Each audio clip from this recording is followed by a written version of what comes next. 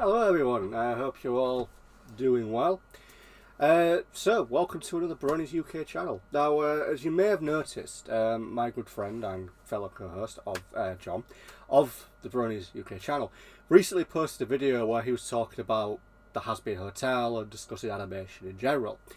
So, I thought, you know what, let's talk about that. Let's talk about animation. Let's change a few things. I mean, we are still going to cover ponies, obviously, that's the whole point of the channel, but, you know, there's not a huge amount to talk about at the moment. But, you know, we're going to talk about something else instead. On a side note, don't worry, I have got other videos in the motion for MLP, specifically G5 characters. As you may have noticed, I did the whole my thoughts on Sunny character from G5 recently. I have a Misty video coming up soon. I want to talk about animation. Specifically, I wanted to talk about an animated film in general that is a big favourite of mine. It's a film that I personally really like. I know it's quite popular within the Brony fan base. Generally within animation in general, it's a really popular film.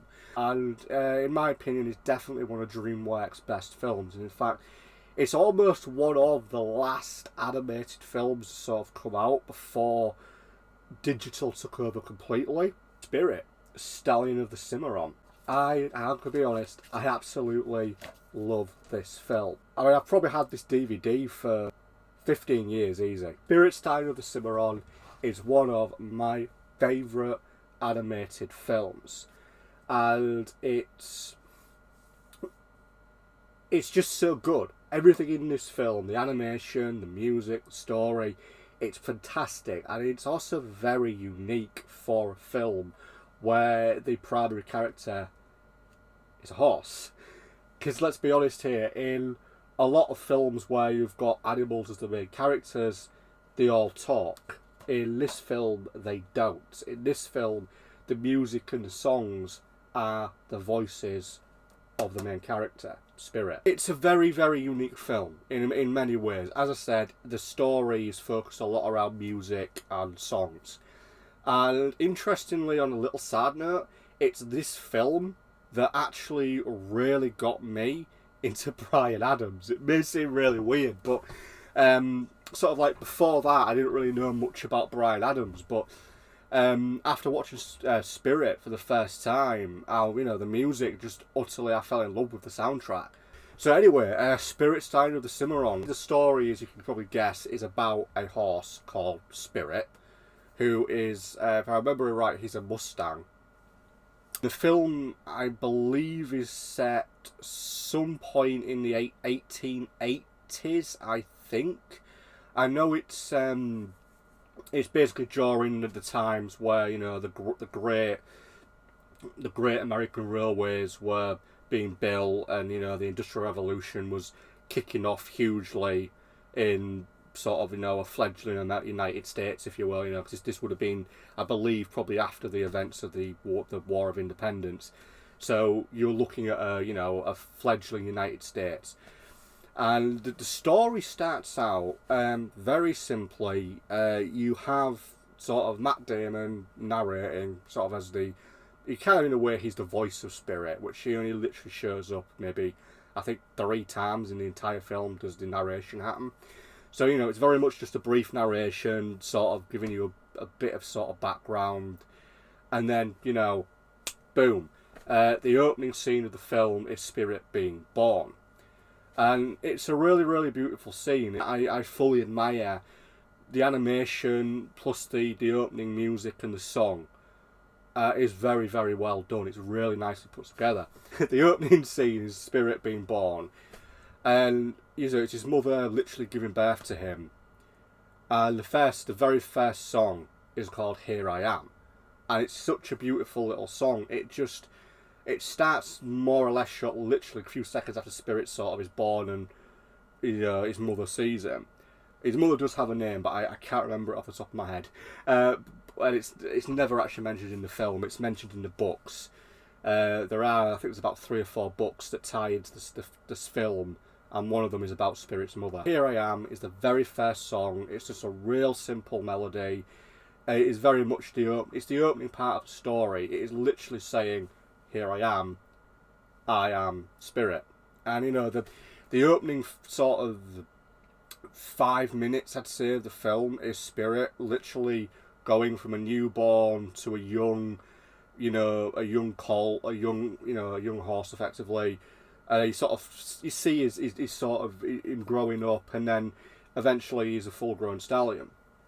And the story of Spirit is that one day, you know, he's you know, keeping an eye on his herd, he's doing his job as leader of the herd, and then one night he sees something strange upon the land. He basically discovers man. Like, man has arrived in Spirit's homeland, effectively.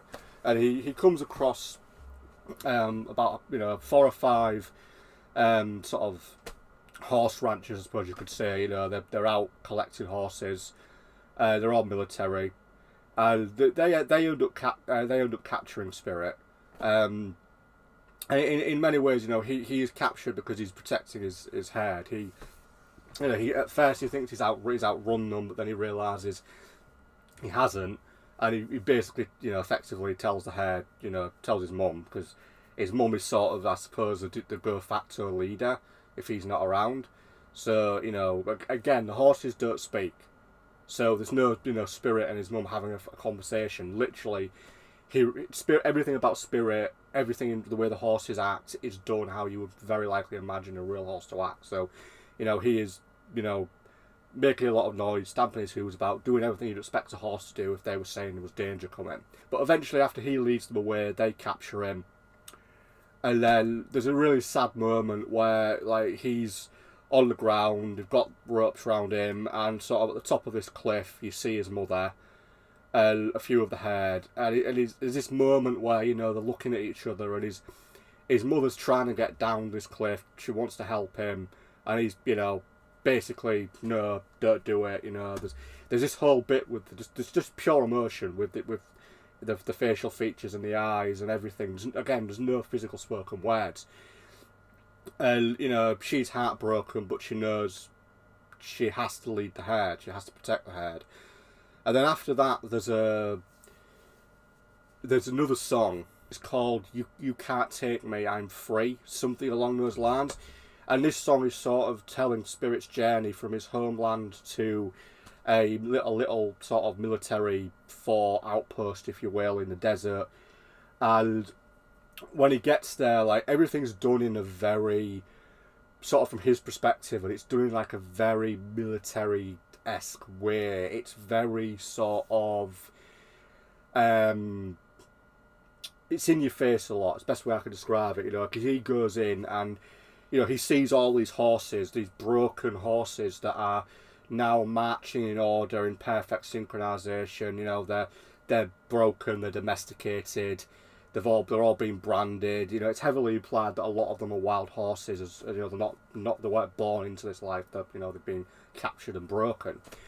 And it's in this scene where we're introduced to the film's primary protagonist, who is simply dubbed as the Colonel, because he is literally just called that. He is the Colonel of this particular group of soldiers.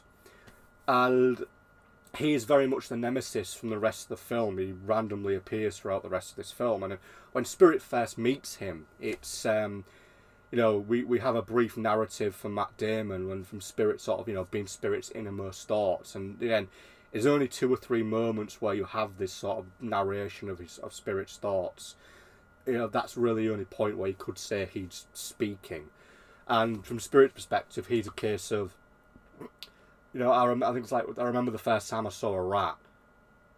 And, you know, he was thinking, you know, snake, basically, this guy's trouble type of thing. And basically, you have like a 3-day little moment where sort of Spirit is tied up, left for 3 days because he's not cooperating. You know, they've tried to put horseshoes on him, they've tried to, you know, brand him. Basically, he's fought back. So the Colonel basically instructs, leave that horse, no food or water for 3 days. Then after 3 days, you have the get off my back scene, which I absolutely love. So Get Off My Back is basically the song, but it's also very much the scene.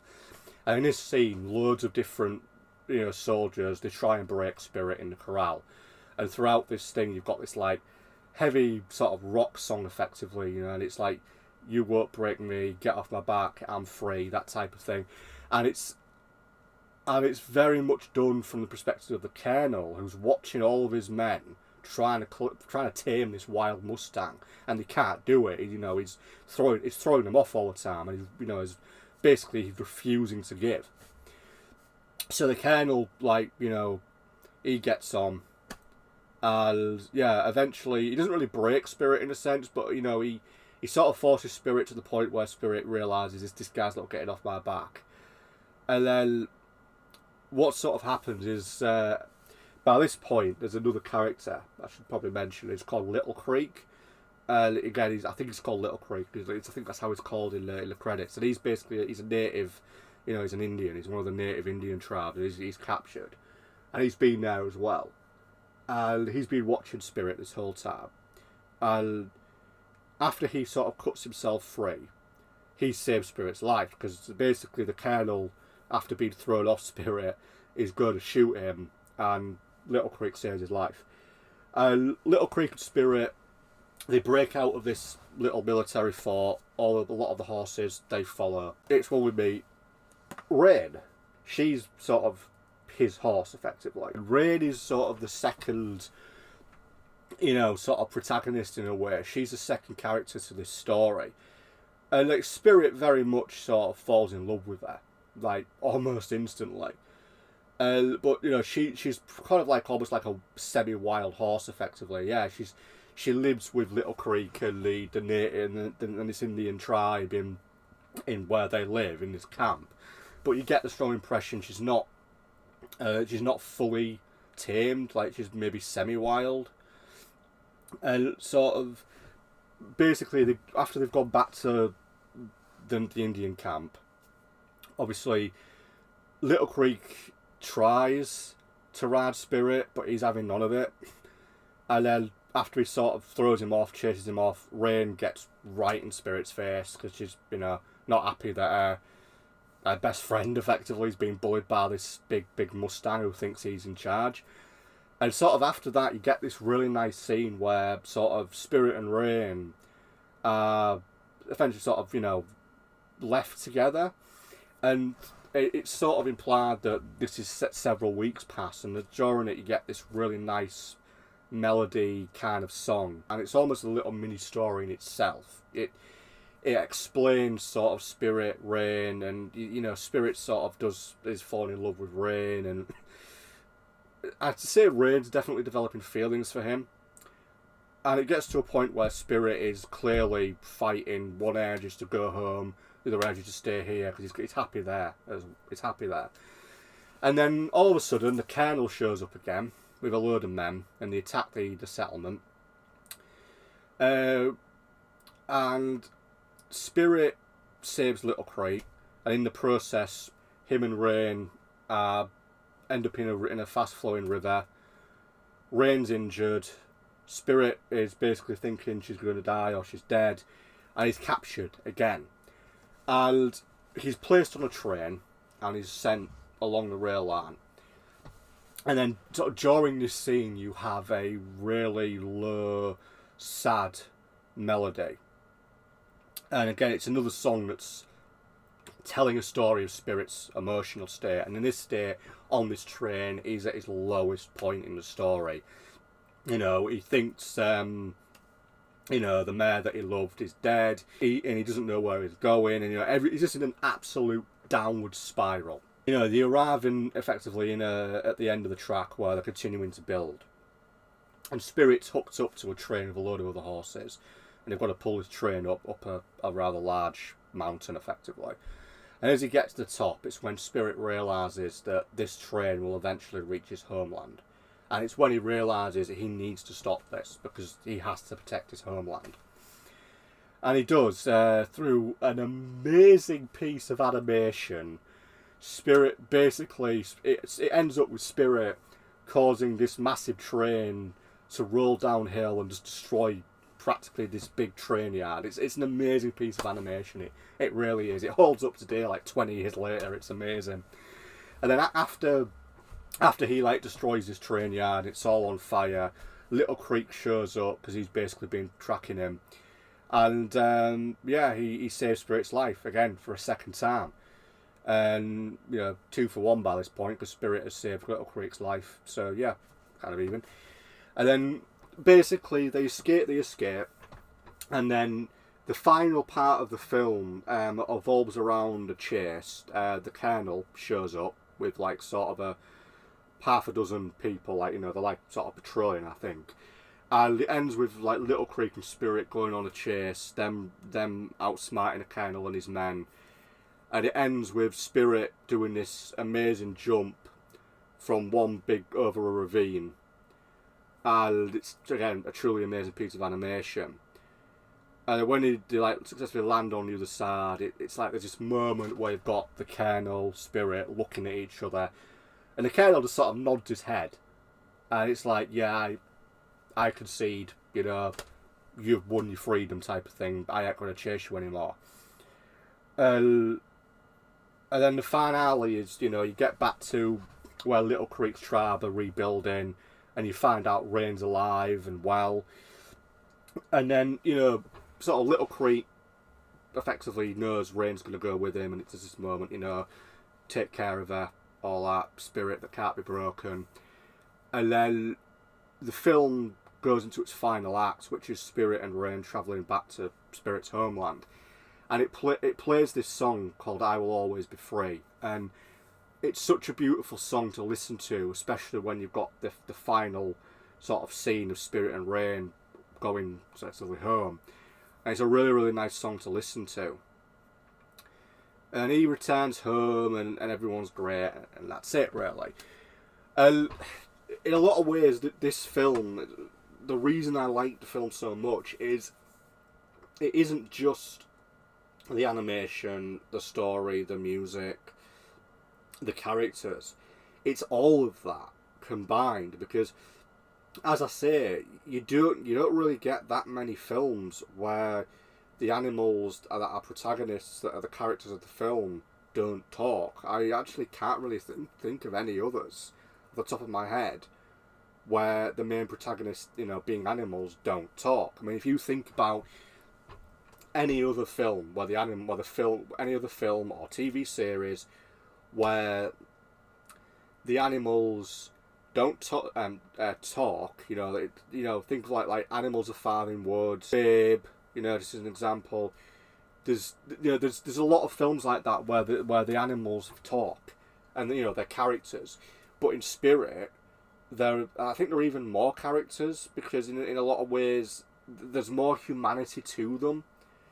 Because you're not watching a film where the animals are so human that they lose sort of the animal side of them, if you will. You're watching a film where you're literally watching the story of a horse. You're watching a horse from the moment he's born all the way up to him going out on this adventure, coming home. And yeah, I really, really, really do like this film. I want to talk about sort of like how did I discover this film. So, to give you a bit of backstory on how I discovered Spirit. So, just a sort of notion here, this film came out in 2002. So, when this film came out in 2002, I would have been about 13. Which, makes me feel really old. So I would have been 13 when this film came out. And at the time, I didn't know anything about this film. And I wouldn't just even know about this film until I was about 16? No, 17. I think I would have been about 17. So how I found out about this film is a really, really, really short story. Basically, my sister bought it. My sister bought the film, and one day I came downstairs and she was watching it, and literally the film was just wrapping up. It was the last for sort of 5 minutes. And I kind of watched those last 5 minutes, and I found I really enjoyed that little segment of the film that I saw. And then I actually watched the whole film not long after, and upon watching it, I realised I really liked this film. And for quite a while, I just used to watch the video every single time. Just to clarify for any really young people out there, if you don't know what a video is, a VHS, it was before DVDs and before digital services. Google it, VHS player. And eventually I just bought the DVD. And yeah, that's that DVD, which I say I've had easily 15 years. It has long been one of my all-time favourite films. And I know there's always been that bit about, DreamWorks, why didn't you do a sequel? We don't talk about the Netflix series. Do not talk about that. That is something I don't really talk about when it comes to Spirit. As everyone may know, there is a Netflix series for Spirit, but it has nothing to do with the actual original film. In regards to the film itself, it's a beautiful piece of animation. One of the things about it is it uses a form of animation called tradigital, which is traditional hand-drawn animation with digital animation. And what amazes me so much about the film is it's impossible to tell what is animation hand-drawn and what is digital. By using digital elements in the film, that's what allowed them to sort of do certain things. Like the scene with Spirit and Rain being washed down the river. That's partly CGI, mixed in with a bit of hand-drawn. But the whole river's basically CGI. By using CGI effects, they were able to obviously create this incredible river, which even today it still looks like you'd think you were looking at a hand-drawn image. It was the last time I think a studio did a proper animation.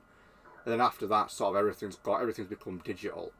Don't get me wrong, you still get some really good digital animation out there, but every now and then it's nice to think about sort of more traditional animation, which is why MLP is why I became a fan of that, because it reminds me of the old days.